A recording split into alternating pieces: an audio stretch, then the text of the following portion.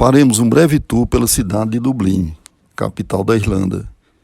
A Irlanda é um país da Europa, localiza-se na ilha de mesmo nome e fica próximo da ilha da Grã-Bretanha. O rio Liffey atravessa toda a cidade de Dublin, do lado oeste para o lado leste. Com isso, divide a cidade entre os lados norte e sul. No lado norte estão localizados o porto, o aeroporto, o Parque Phoenix e foi também no início o principal local de moradia da aristocracia. Em função da cidade estar localizada distante da linha do Equador e mais próxima do Polo Norte, os dias durante o verão são bem maiores do que as noites. A luz do dia no verão dura aproximadamente 19 horas e apenas 9 no inverno. No centro da cidade está a O'Connell Street, que tem uma ponte de mesmo nome. Nessa rua estão algumas estátuas, monumentos e foi o local onde aconteceram fatos marcantes da história da Irlanda. O monumento O'Connell e o The Spire são alguns desses. Daniel O'Connell é considerado um dos heróis da Irlanda. É conhecido como o Libertador e, entre outros feitos, foi responsável pela mobilização que possibilitou a emancipação católica em 1829. A emancipação católica foi um processo que visava acabar com as sanções impostas contra os católicos desde o final do século XVIII. O The Spire é uma coluna de aço de 120 metros de altura e está localizada quase em frente ao local em que foi feita a leitura da proclamação da independência da Irlanda em 1916. A harpa, desde o século VIII, é considerada um símbolo da Irlanda.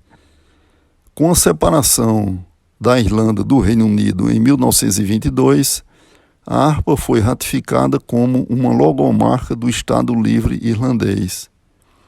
Como tal, a harpa é utilizada em documentos oficiais e de várias outras formas, no brasão de armas, em moedas e está representada na ponte Samuel Beckett.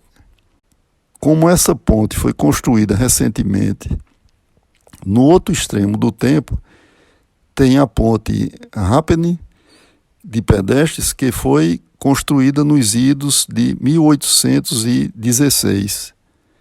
Essa ponte lembra bem o passado, quando o construtor da ponte recebeu a permissão de cobrar um pedágio de meio centavo durante 100 anos, de qualquer pessoa que desejasse atravessar. Outra construção importante que faz parte da história da Irlanda é o Castelo de Dublin. Foi originalmente construído para servir como função defensiva. Depois, serviu como outras funções: residência real, atividades do parlamento, atividades dos tribunais, atividades militares e atualmente abriga algumas funções públicas. No ano de 1988, em comemoração aos 1000 anos da cidade de Dublin, foi erguida uma estátua que representa Molly Malone. Existe uma lenda que no século XVII, Molly Malone exercia duas atividades nas ruas de Dublin. Durante o dia vendia produtos e à noite era prostituta. Molly Malone é também o nome de uma bela e tradicional melodia irlandesa, que conta a história fictícia dessa mulher que morreu ainda jovem. A Irlanda é um país de fortes tradições religiosas e São Patrício é o padroeiro do país. Acredita-se que, ainda jovem, com 16 anos de idade, ele foi capturado por piratas e levado como escravo para a Irlanda. Depois de 6 anos, conseguiu fugir. Iniciou-se na vida religiosa e, em seguida, retornou para a Irlanda. Desenvolveu trabalhos de catequização e converteu o povo do paganismo ao cristianismo. Ele foi bispo e, como resultado dos seus trabalhos, foi reconhecido como o santo padroeiro da Irlanda. Por conta disso, foi fundada uma catedral em 1911 em seu nome, como forma de homenageá-lo. A Catedral da Santíssima Trindade é mais antiga do que a Catedral de São Patrício. Entre as perseguições dos ingleses durante o período de dominação na Irlanda, igrejas católicas foram transformadas em anglicanas.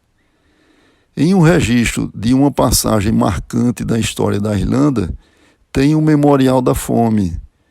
É um conjunto de 6 estátuas erguidas nas margens do rio Liffey e representa o período de fome e doenças que aconteceu na Irlanda nos anos de 1845 a 1852. A fome foi decorrente de uma praga que afetou as plantações de batata em toda a Europa e foi potencializada em decorrência da existência de monocultura. O impacto foi muito grande e terminou afetando dramaticamente cerca de 2 milhões de pessoas na Irlanda, sendo metade morta por fome e a outra metade emigrando para outros países. Como consequência direta, a população do país foi reduzida em cerca de 1/4. Como forma de expor a história e elementos culturais da Irlanda, a cidade de Dublin conta com vários museus, galerias e outros locais apropriados para tal. O Museu GPO, do General Post Office, é um desses. Tem uma área cultural em que acontecem eventos e, diante do seu passado, recebe visitas de muitos turistas. Esse é o Temple Bar. A estátua do poeta e dramaturgo irlandês Oscar Wilde está localizada na Merrion Square, foi posta em sua homenagem. Esse é o prédio da Casa da Alfândega de Dublin. Outra atração turística de Dublin é o Guinness Story, que conta com exposições de todo o processo de fabricação de cervejas, iniciando nos campos de cultivo até a logística de entrega e termina com a degustação do produto. A cidade de Dublin conta com algumas áreas verdes. Uma destas é o Parque Phoenix, com um total de 707 hectares. É um bom espaço para lazer. A Irlanda, enquanto foi parte do Reino Unido, era um país muito pobre. Ao que as evidências sugerem, essa união identificada na denominação Reino Unido era só no nome, pois não havia isonomia da sede para com os países membros. Os irlandeses, por exemplo, dependendo da escolha religiosa, eram perseguidos e os direitos civis eram limitados. Os cidadãos católicos eram proibidos de votar, proibidos de exercer cargos públicos e o patrimônio era confiscado e entregue a quem seguia a religião anglicana. Dessa forma, o domínio britânico foi muito cruel com os irlandeses, provocou muito sofrimento e isso certamente serviu como combustível para alimentar o desejo pela independência. Ao longo do tempo, houveram várias tentativas de libertação contra a dominação inglesa, quase todas fracassadas. Na Semana Santa do ano 1916, aconteceu uma nova rebelião, que ficou conhecida como a Revolta da Páscoa. Na prática, essa rebelião poderia ser mais uma de tantos fracassos e sem nenhuma repercussão. Até porque era quase que um suicídio, pois foi o desafio a um oponente muitas vezes maior, sendo, portanto, bastante desfavorável para os irlandeses. Fazendo uma breve comparação entre os oponentes, em termos populacionais, a Grã-Bretanha era 9 vezes maior que a Irlanda. Em termos de domínio, os ingleses dominavam todo o Reino Unido, o que envolvia inclusive a própria Irlanda, e ainda tinham como domínio o Império Britânico. Imagine-se o tamanho do poder militar que representava todo esse poderio dos ingleses, dominando até os policiais armados da própria Irlanda. Além disso, os ingleses ainda também estavam se dando muito bem com os resultados oriundos da Revolução Industrial.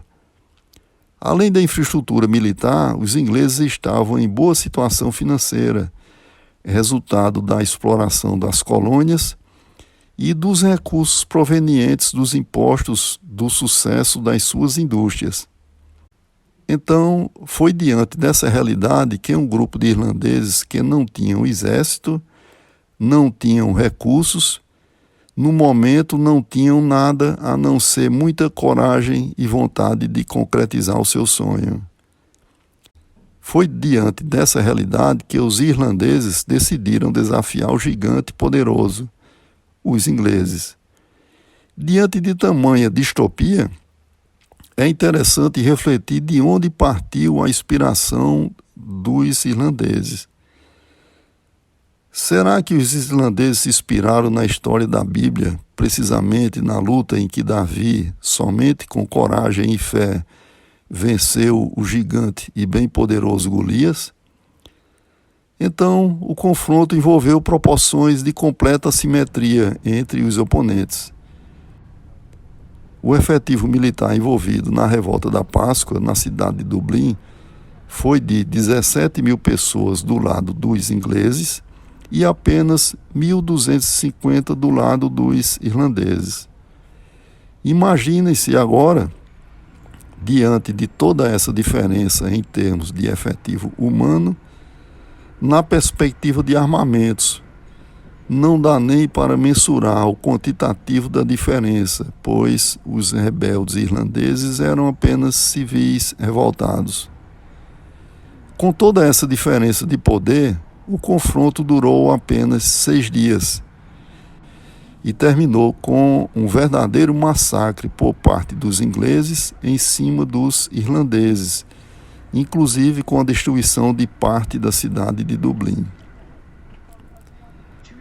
Os irlandeses fracassaram mais uma vez, perderam a primeira batalha, mas esse sentimento de libertação se espalhou por todo o país como uma chama em alto processo de combustão. 2 anos depois, com a coragem e a determinação firmes como nunca e disseminada, os irlandeses elegeram com uma grande maioria os candidatos do Partido Republicano. Em seguida, com esse aval da população, foi formado o governo de ruptura e declarada a independência da Irlanda do Reino Unido. Com a não aprovação dos ingleses, foi deflagrada a Guerra de Independência da Irlanda. O efetivo militar envolvido no confronto foi de 15 mil pessoas do exército republicano irlandês e 42.100 do lado dos ingleses. Isso equivale a um duelo em que um lado tem somente 26% do efetivo contra o outro que dispõe de 74%. No entanto, toda essa vantagem não foi suficiente para que os ingleses ganhassem a guerra.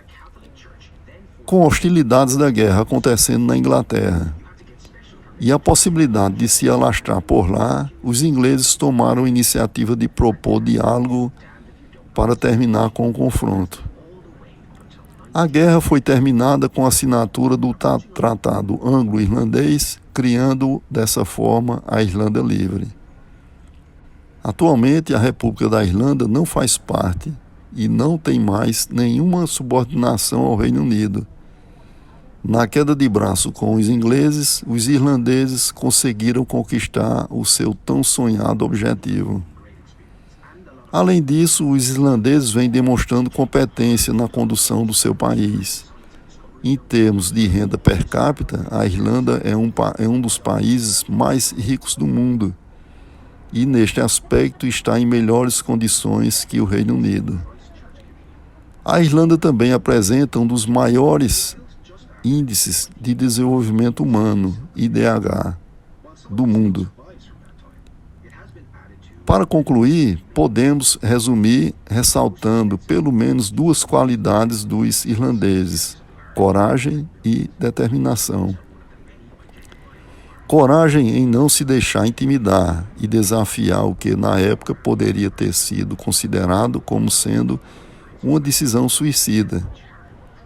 E determinação em não desistir nunca, mesmo diante dos reveses por que passaram ao longo de toda a sua luta. Assim tem sido a história. Em um confronto assimétrico, nem sempre o maior termina sendo o melhor. Concluindo, pela sua conquista, os irlandeses merecem os parabéns.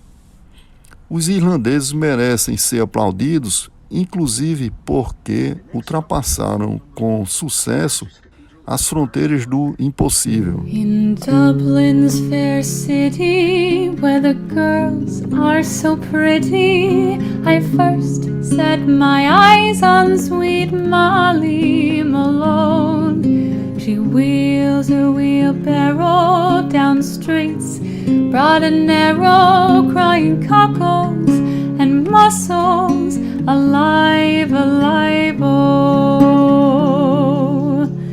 Alive, alive, oh, alive, alive, oh, crying cockles and mussels, alive, alive, oh. She was a fishmonger, it was really no wonder, as were her father and mother before. They both wheeled their barrows down streets broad and narrow, crying cockles and mussels, alive, alive, oh. Alive, alive, oh, alive, alive, oh, crying cockles and mussels, alive, alive, oh. She died of a fever, and no one could save her, and that was the end of sweet Molly Malone. Now her ghost wheels her barrow down streets broad and narrow, crying cockles and mussels, alive, alive, oh.